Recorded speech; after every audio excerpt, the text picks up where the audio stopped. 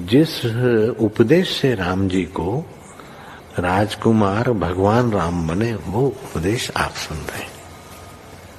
कितना ऊंचा ग्रंथ है। इसको वाल्मीकि रामायण भी बोलते, योग वशिष्ठ महारामायण भी बोलते। राम तीर्थ ने इसी का बार बार अध्ययन किया था। ये आप भी शांत हो जाएंगे परमात्मा में, और दूसरों को भी शांति देने की क्षमता देने वाला ये सदग्रंथ है। इसको वेदांत का सिद्धांत ग्रंथ बोलते हैं। दूसरे होते प्रक्रिया ग्रंथ।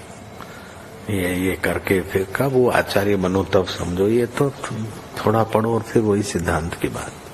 तो बार बार योग वशिष्ठ महारामायण विचारने योग। ओम श्री सद्गुरु परमात्मने नमः। श्री वशिष्ठ जी बोले, हे रामचंद्र जी, जब तक मनुष्य अपने विचार से अपना स्वरूप नहीं पहचानता है, तब तक उसे ज्ञान प्राप्त नहीं होता। जो उत्तम कुल, निष्पाप, सात्विक, राजसी जीव है, उन्हीं को विचार उपजता है और उस विचार से वे अपने आप से आपको पाते हैं।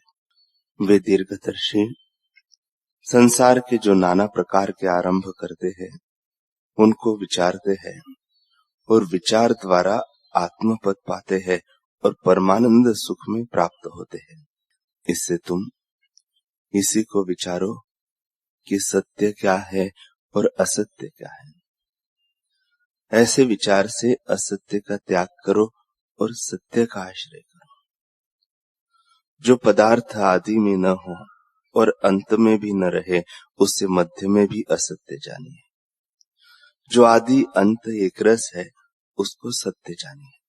और जो आदि अंत में नाशरूप है, उसमें जिसको प्रीति है और उसके राग द्वेष से जो रंचित है, वह मूढ़ पशु है, उसको विवेक का रंग नहीं लगता। मन ही उपजता है और मन ही बढ़ता है। सम्यक ज्ञान के उदय हुए मन निर्वाण हो जाता है। मन रूपे संसार है और आत्मसत्ता ज्यों की त्यों है। राम जी ने पूछा, है ब्रह्मन, जो कुछ आप कहते हैं वह मैंने जाना कि यह संसार मन रूप है और जरा मरण आदि विकार का पात्र भी मन ही है। इसके तरने का उपाय निश्चय करके कहो। हम सब रघुवंशों के कुल के अज्ञान रूपी तम को हृदय से दूर करने को आप ज्ञान के सूर्य हैं। श्री वशिष्ठ जी बोले, हे रामचंद्र जी, प्रथम तो जीव को विचार पूर्वक वैराग्य कहा है कि संतों का संग और सच्छास्त्रों से मन को निर्मल करे। जब मन को निर्मल करोगे तब स्वजनता से संपन्न होगा और वैराग्य उपजेगा। जब वैराग्य प्राप्त होगा तब अज्ञानवत गुरु के निकट जावेगा और जब वह उपदेश करेंगे तब ध्यान, अर्चना आदि के क्रम से परम पद को प्राप्त होगा।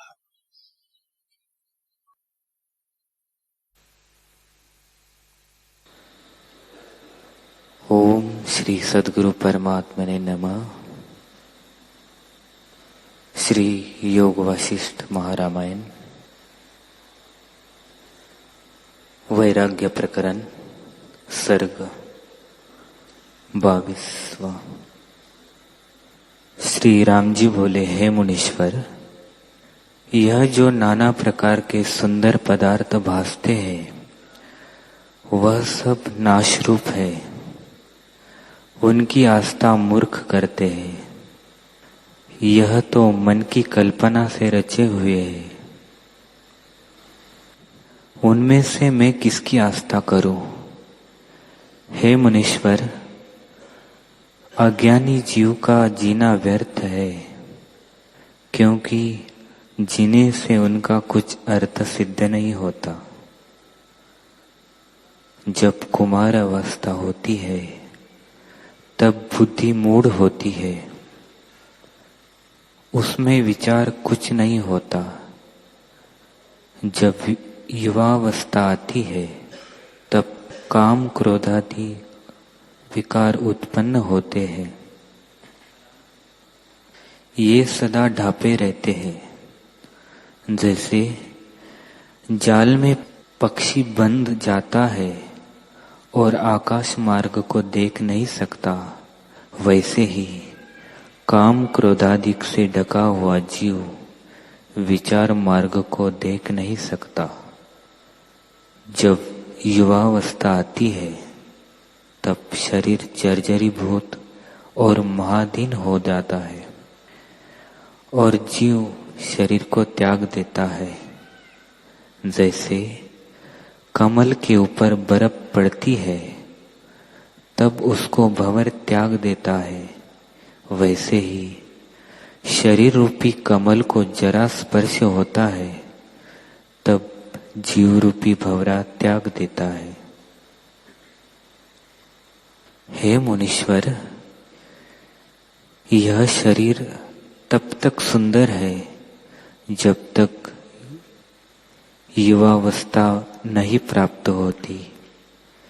जैसे चंद्रमा का प्रकाश जब तक राहु दैत्य ने आवरण नहीं किया तब तक रहता है, जब राहु दैत्य आवरण करता है तब प्रकाश नहीं रहता। वैसे ही जरावस्था आने से युवावस्था की सुंदरता जाती रहती है। हे मुनीश्वर, जरा के आने से शरीर कृष्ण हो जाता है। जैसे वर्षा काल में नदी बढ़ जाती है, वैसे ही जरावस्था में तृष्णा बढ़ जाती है और जिस पदार्थ की तृष्णा करता है वह पदार्थ भी दुख रूप है, इसलिए तृष्णा करके आप ही दुख पाता है। हे मुनीश्वर, तृष्णा रूपी समुद्र में चित्त रूपी बेड़ा पड़ा है और राग दूषी रूपी मच्छों से कभी ऊर्ध्व को जाता है और कभी नीचे को जाता है, स्थिर कदाचित नहीं रहता। हे मुनीश्वर, काम रूपी वृक्ष में तृष्णा रूपी लता और विषय रूपी फूल है। जब जीव रूपी भंवरा उसके ऊपर बैठता है तब विषय रूपी बेली से मृतक हो जाता है। हे मुनीश्वर, तृष्णा रूपी एक बड़ी नदी है, उसमें राग द्वेषादिक बड़े बड़े मत्स्य रहते हैं। उसी नदी में पड़े हुए जीव दुख पाते हैं। जिस संसार की इच्छा करता है वह नाश रूप है। हे मुनीश्वर, तरंगों के समूह के रन रूपी समुद्र को तर जाने वालों को मैं शूर नहीं मानता, परंतु जो इंद्रिय रूपी समुद्र में मनोवृत्ति रूपी तरंग उठते हैं उस समुद्र के तर जाने वालों को मैं शूर मानता हूँ। ऐसी क्रिया अज्ञानी जीव आरंभ करते हैं कि जिसके परिणाम में दुख हो, जिससे परिणाम में सुख है, उसको आरंभ वे नहीं करते और काम के अर्थ की धारणा करते हैं। ऐसे आरंभ से शरीर की शांति के पीछे भी सुख की प्राप्ति नहीं होती। वे कामना करके सदा जलते रहते हैं। जो अनात्म पदार्थ की तृष्णा करते हैं उनको शांति कैसे प्राप्त हो? हे मुनीश्वर, तृष्णा रूपी नदी में बड़ा प्रवाह है। उसके किनारे पर वैराग्य और संतोष दो वृक्ष खड़े हैं। सो तृष्णा नदी के प्रवाह से दोनों का नाश होता है। हे मुनीश्वर, तृष्णा बड़ी चंचल है, किसी को स्थिर नहीं होने देती। मोह रूपी एक वृक्ष है और उसके चारों ओर स्त्री रूपी बेली है जो विष से पूर्ण है, उस पर चित्त रूपी भंवरा आ बैठता है, तब स्पर्श मात्र से नाश हो जाता है।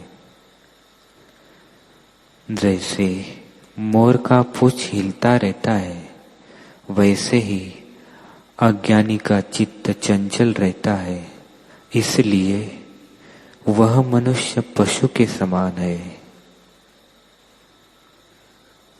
जैसे पशु दिन को जंगल में जा आहार करते हैं और चलते फिरते हैं, रात्रि को घर में आए खूंटे से बंध जाते हैं, वैसे ही मूर्ख मनुष्य भी दिन को घर छोड़ के व्यवहार में फिरते रहते हैं और रात्रि को अपने घर में स्थिर हो जाते हैं, पर इससे परमात्मा की कुछ सिद्धि नहीं होती। वे अपना जीवन वृथा गंवाते हैं। बाल्यावस्था में तो शून्य रहता है और युवावस्था में काम से उन्मत्त होता है। उस काम से चित्त रूपी उन्मत्त हस्ती स्त्री रूपी कंदरा में जा स्थिर होता है, पर वह भी क्षण भंगुर है। फिर वृद्धावस्था आती है, उससे शरीर कृश हो जाता है। जैसे बर्फ से कमल जर्जरी भाव को प्राप्त होता है, वैसे ही जरा से शरीर जर्जरी भाव को प्राप्त होता है और सब अंग क्षीण हो जाते हैं, पर एक तृष्णा बढ़ जाती है। हे मुनीश्वर, यह जीव मनुष्य रूपी पर्वत पर आकाश के फल रूपी जगत के पदार्थों की इच्छा करता है, सो नीचे गिर राग द्वेष कंटक के वृक्ष में जा पड़ेगा। हे मुनीश्वर, जितने जगत के पदार्थ है वह सब आकाश के फूल की नाई नाशवान है। इनमें आस्था करना मूर्खता है। यह तो शब्द मात्र है, इससे अर्थ की कुछ सिद्धि नहीं होती। जो ज्ञानवान पुरुष है उनको विषय भोग की इच्छा नहीं रहती, क्योंकि आत्मा के प्रकाश से वे इनको मिथ्या जानते हैं। हे मुनीश्वर, ऐसे ज्ञानवान दुर्विज्ञेय पुरुष हमको तो स्वप्न में भी नहीं भासते। ऐसे विरक्त आत्मा दुर्लभ है कि जिनको भोग की इच्छा नहीं और सर्वदा ब्रह्म की स्थिति में भासते हैं। ऐसे पुरुषों को संसार की कुछ इच्छा नहीं रहती, क्योंकि यह पदार्थ नाश रूप है। हे मुनीश्वर, जैसे पर्वत को जिस ओर से देखिए, पत्थरों से, पृथ्वी मृत्तिका से, वृक्ष काष्ठ से और समुद्र जल से पूर्ण दृष्टि आते हैं, वैसे ही शरीर अस्थि मांस से पूर्ण भासता है। ये सब पदार्थ पंच तत्व से पूर्ण और नाशरूप है, ऐसा जानकर ज्ञानी किसी की इच्छा नहीं करता। हे मुनीश्वर, यह जगत सब नाश रूप है, देखते ही देखते नष्ट हो जाता है। मैं उसमें किसका आश्रय करके सुख पाऊं? जब युगों की सहस्त्र चौकड़ी व्यतीत होती है, तब ब्रह्मा का एक दिन होता है। उस दिन के क्षय होने से जगत का प्रलय होता है और ब्रह्मा भी काल पाकर नष्ट हो जाता है। ब्रह्मा भी जितने हो गए हैं उनकी संख्या नहीं हो सकती। असंख्य ब्रह्मा नष्ट हो गए हैं, तो हम सरीखों की क्या वार्ता है। हम किसी भोग की वासना नहीं करते, क्योंकि सब चल रूप है, स्थिर रहने के नहीं, सब नाश रूप है। इसलिए इनकी आस्था मूर्ख करते हैं। इनके साथ हमको कुछ प्रयोजन नहीं। जैसे मरुस्थल को देख मृग जलपान करने को दौड़ता है और शांति नहीं पाता, वैसे ही मूर्ख जीव जगत के पदार्थ को सत्य मानकर तृष्णा करता है, परंतु शांति नहीं पाता, क्योंकि सब असार रूप है। स्त्री, पुत्र और कलत्र जब तक शरीर नष्ट नहीं होता तब तक भासते हैं। जब शरीर नष्ट हो जाएगा तो जाना न जावेगा कि कहाँ गए और कहाँ से आए थे। जैसे तेल और बत्ती से दीपक बड़ा प्रकाशवान दृष्टि आता है, जब बुझ जाता है तब जाना नहीं जाता कि कहाँ गया।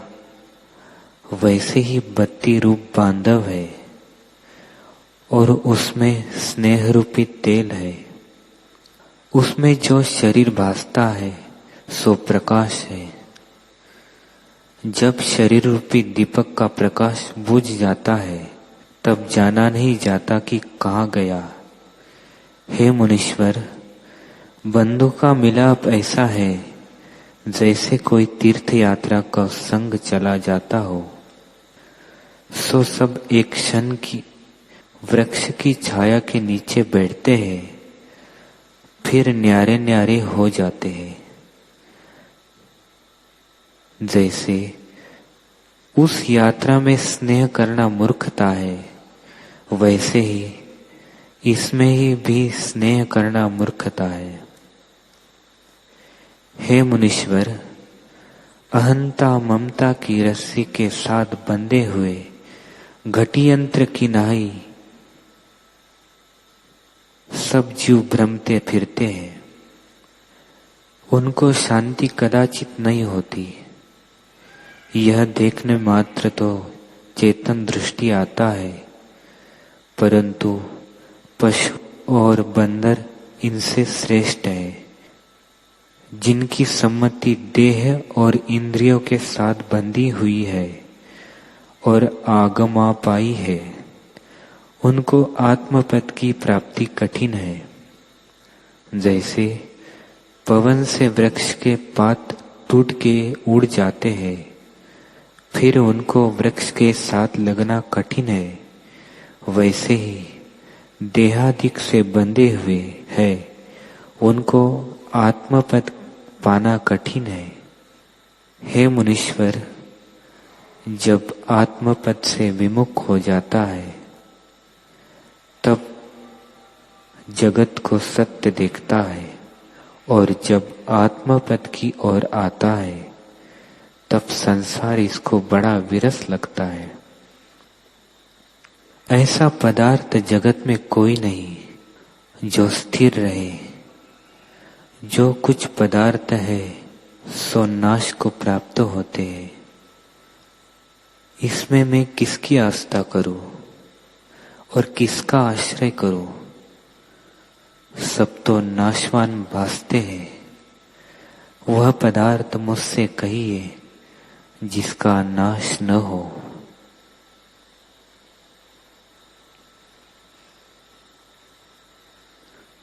हरि ओम।